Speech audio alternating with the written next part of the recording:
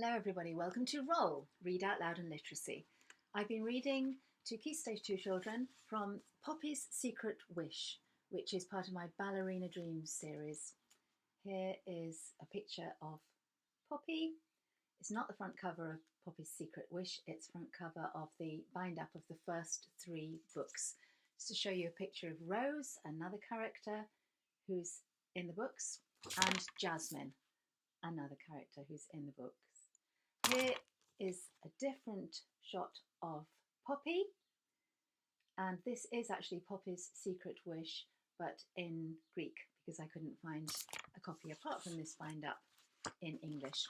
So we got up to chapter 4 the last time, and I'm starting today from chapter 5, and we're actually having 3 chapters, 5, 6 and 7, because they're shorter. Chapter 5, Is It All a Trick? The next morning at school was good fun because in literacy hour we were listening to music to help us with creative writing. Miss Morrison played my very favourite piece of music in the whole world, Waltz of the Flowers from the Nutcracker Suite. I was the last one out to play after the lesson because I wanted to finish off what I was writing. I'd only just gone out of the Year 5 door when I saw Rose Bedford with Tom Priest and Archie Cook. It gave me a bit of a shock when Rose started talking to me as though we were best friends. "Hi, I've been waiting ages. I thought you must be away." Tom Priest was grinning in a horrible way. "Do you do ballet?" he said to me. I tried to sound not bothered. "Yeah, so what?" Archie Cook put his arms up into 5th position, at least what he thought 5th position was, and started turning round on tiptoe like one of those little ballet dancers in a musical box. I didn't say anything, just started to walk away. "They're being silly. Take no notice," said Rose. I kept walking because I didn't want to talk to Rose, but she was following me. "Were you fed up that you weren't chosen for the exam?" she asked. I felt like turning round and snapping, "It's all your fault, you know." But I didn't dare, so I just shook my head and walked a bit faster. I could see my friends Mia and Alice on the other side of the playground. Rose was talking again. "I'm giving up at the end of term. I don't like it." That made me turn round. "Why are you doing it then?" "My mum's making me, because Granny gave it to me for my birthday." "What do you mean?"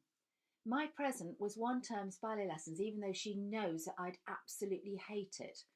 "Why did she give you ballet lessons if she knew that you don't like ballet?" "I think she wants me to stop being a tomboy and start wearing skirts more and things like that." At our school, girls are allowed to wear trousers. I couldn't imagine Rose ever wearing a skirt, even if she did ballet for 100 years. "So you're definitely giving it up?" I knew it was horrible of me, but I wanted to be sure I wasn't going to have to put up with her for any longer than 1 term. "Yeah." She suddenly did one of the kind of jumps where you have to beat your feet in the air. "Is this right?" It wasn't, but I nodded anyway. Then I turned because Mia and Alice were waving to tell me to come over. Rose grabbed my arm. "Can you show me how to do it properly, Poppy?" I didn't really want to, but I thought that maybe if I just showed her quickly, she'd leave me alone. "You start like this, okay?" She copied my 3rd position quite well. "Then you bend your knees out to the side."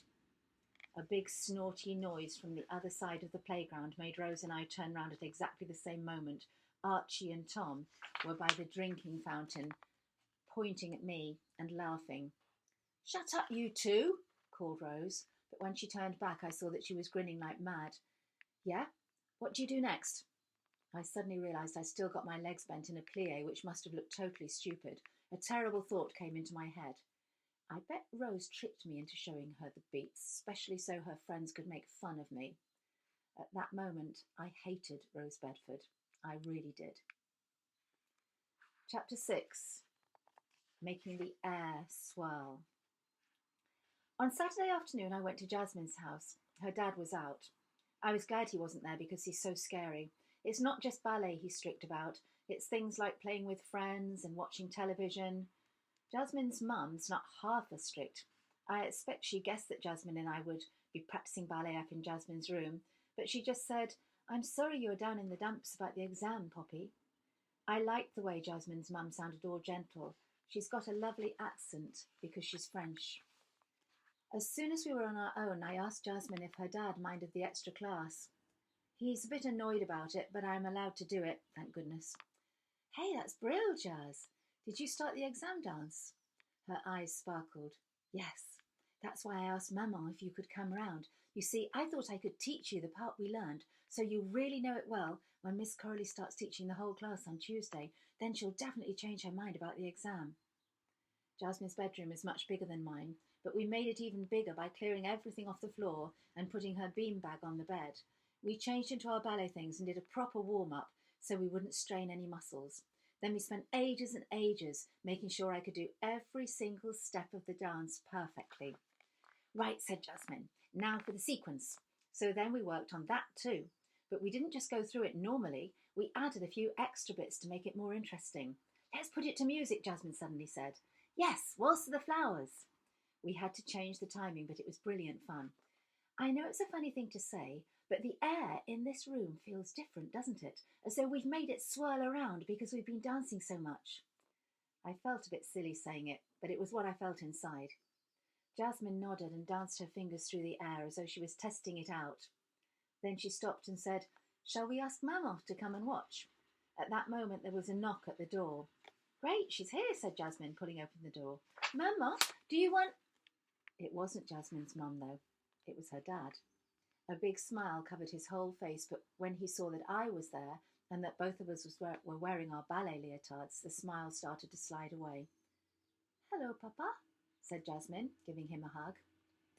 Hello, Dr. Ayad, I said, only my voice didn't come out properly because I was nervous, so it sounded like, Hello, Doc I... And what are you two doing? Just dancing, said Jasmine. She sounded as nervous as I felt. It must feel really strange to be scared of your dad like Jasmine is. I'm glad I'm not afraid of mine. I can see that, but what exactly? Just making up a dance for fun, that's all.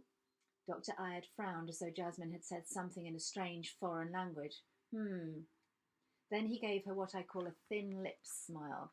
It's the sort of smile that grown-ups give you when they've got some cross things to say, but they're saving it up for later. I think tea will be ready soon. When he'd gone, the air stopped swirling around and stayed quite still, so we sat on Jasmine's bed and I told her about Rose. I could tell she only got me to show her the jumps to make the boys laugh, Jazz. That was mean of her. I know, but I got her back because when she tried to sit on my table at lunchtime, I made sure there wasn't a space anywhere near. Good, that showed her. I know, and the next day she started talking to me in the playground, but Tom and Archie were with her, so I didn't even reply. I think she knows I don't want to be friends now, because today she didn't come anywhere near me. At least that means she'll definitely leave you alone at ballet next week. I couldn't help feeling a little judder of excitement, but it only lasted for about a second. Then my body went all floppy like a wet tea towel. It won't make any difference. Yes, it will, said Jasmine, linking her arm with mine. We're going to get Miss Corley to change her mind, and that's that. Do you really, really think she might? Of course I do. And this time I got a little tickle of excitement that didn't turn into a wet towel feeling, but grew into a lovely big burst of sunshiny hope. Chapter 7, Trapped in the Circle. On Tuesday, I got more and more excited as the day went on. I'm always like this on Tuesdays because it's ballet after school. I wish it could be ballet after school every single day. But this Tuesday was especially important. I had christened it Last Chance Tuesday. At morning break, I rushed outside with Mia and Alice, but stopped when I heard Rosa's voice behind me. Hey, Poppy! What? I asked, turning round. I got quite a shock. She was standing very straight with her hair scraped right back and not a bump in sight. On her face was a proud grin. Thought I'd get myself all ready today, then I won't be late. Look! She turned round and I saw that she'd even twizzled her ponytail into a bun and gripped it in place. I didn't know what to say. The trouble was, if I acted nice and friendly, Rose would only start talking in the middle of ballet, and it would be absolutely terrible if she put me off again. So I just said, "Oh yeah," and hoped she'd go away. But she didn't. And to make everything double bad, a group of grinning boys suddenly appeared. They made a circle round us, and I felt a bit scared standing in the middle with Rose. Rose getting girly, chanted Tom and Archie. Rose getting girly. I am not, screeched Rose, sticking her neck out and nearly spitting, she was so cross. Get lost, you lot. But they didn't. I really wanted to escape and leave Rose to sort the boys out, but something was stopping me. It was a funny thought to be thinking, but Rose with a neat bun seemed like a different girl from Tomboy Rose, and I would have felt horrible leaving this new Rose with all those nasty boys. Talking to your little ballet friend? Asked Alex in a high-pitched voice. With your little bunny bun, said Tom. The other boys just laughed and started going round on tiptoe with bent legs and high arms, because that's the only ballet step boys know. Rosie Posy does ballet, Rosie Posy's getting girly, they all chanted. I am not, and don't call me that, yelled Rose. That only made them chant louder. Rosie Posy, Rosie Posy. I could tell she was getting really furious, staring at the boys as though she would burst with anger. Then she suddenly reached round to the back of her head and started tugging. One or two hair grips fell to the ground. Next she ripped the elastic band off her ponytail. It must have really hurt because she did it so roughly. She shook her head hard a few times and her hair fell round her shoulders so she was back to normal. The boys stopped going round and stared at her. She stared right back with black eyes flashing in an angry white face and spoke in a sneery voice. Did someone switch off the music box? Then she punched Tom on the arm, and while he was clutching it, pushed her way past him and ran away laughing. I'll get you back, Ro. You wait. Tom roared after Rose, and I was left standing there. Archie Cook pointed at my face and started a new chant. Poppy is pathetic. Then the others joined in. Poppy is pathetic. Poppy is pathetic. I am not, I said, trying to sound strong and stroppy like Rose had done, but it didn't work. A boy called Dylan started sneering. Why'd you do ballet then? Yeah, why'd you do it? Said Archie, laughing. I took a deep breath to try and make my voice come out louder. I'm not the only one, I said. Hey, Rose told me what the teacher's called, said Dylan, grinning round the circle. Miss Coralie. Archie started pointing his toes in a really silly way and saying, Woohoo, look at me, Miss Coralie. I could feel my heart beating near my throat. That probably meant that I was going to cry in a minute, so I knew I had to get out of the circle at once. If only Mia and Alice would come over and save me. I could see them talking to the teacher on the far side of the playground. She was smiling and nodding at them. I pressed my thumbs together hard. Please look over in this direction. Please look over in this direction. But they didn't.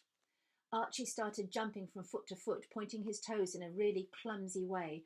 I couldn't bear it for a second longer. I'd just have to act like Rose for once. That was the only way I was ever going to get away.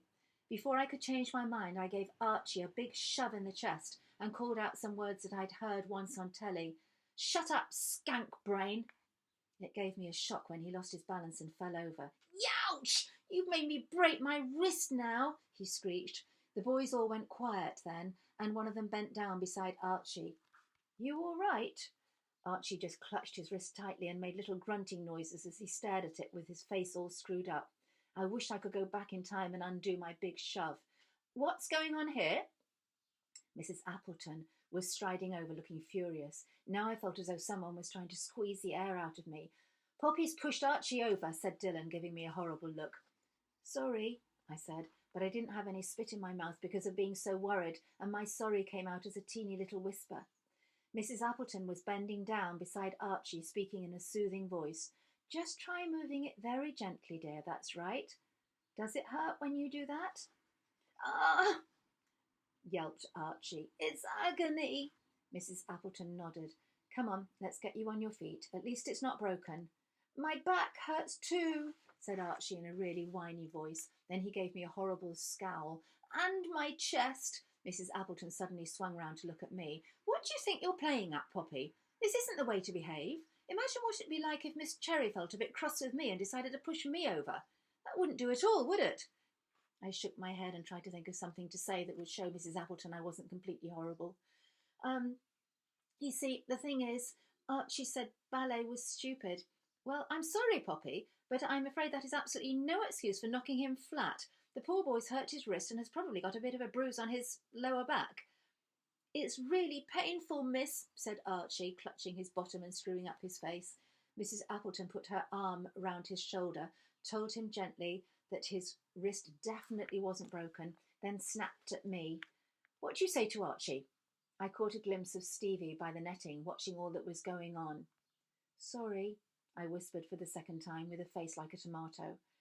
I should think so too. There's far too much of this lashing out at the least provocation these days, and we're not having it at this school. Now off you go, Poppy.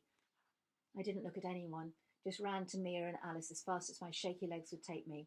None of the teachers gave me any bad looks during lunch, so I made myself stop thinking about Archie Cook and his horrid friends and concentrated on ballet instead.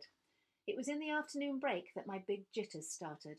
I decided to go to the cloakroom and have a quick practice of the step sequence from the last lesson. I couldn't wait to show Miss Coralie that I could already do it perfectly before she even started to polish up what we'd learnt last week. The first thing I did when I got into the cloakroom was hold onto one of the basins and do a plie. I like pretending the basin's a bar because it's exactly the right height. I sung the plie music very softly and did one facing the other way to make it even. I was just straightening my legs when I thought I heard a little noise coming from one of the toilets. I looked at the locks on all of the 5 doors. One of them was on red. That meant someone was in there. I felt a bit silly because they must have heard me singing, so I decided to go to the loo myself.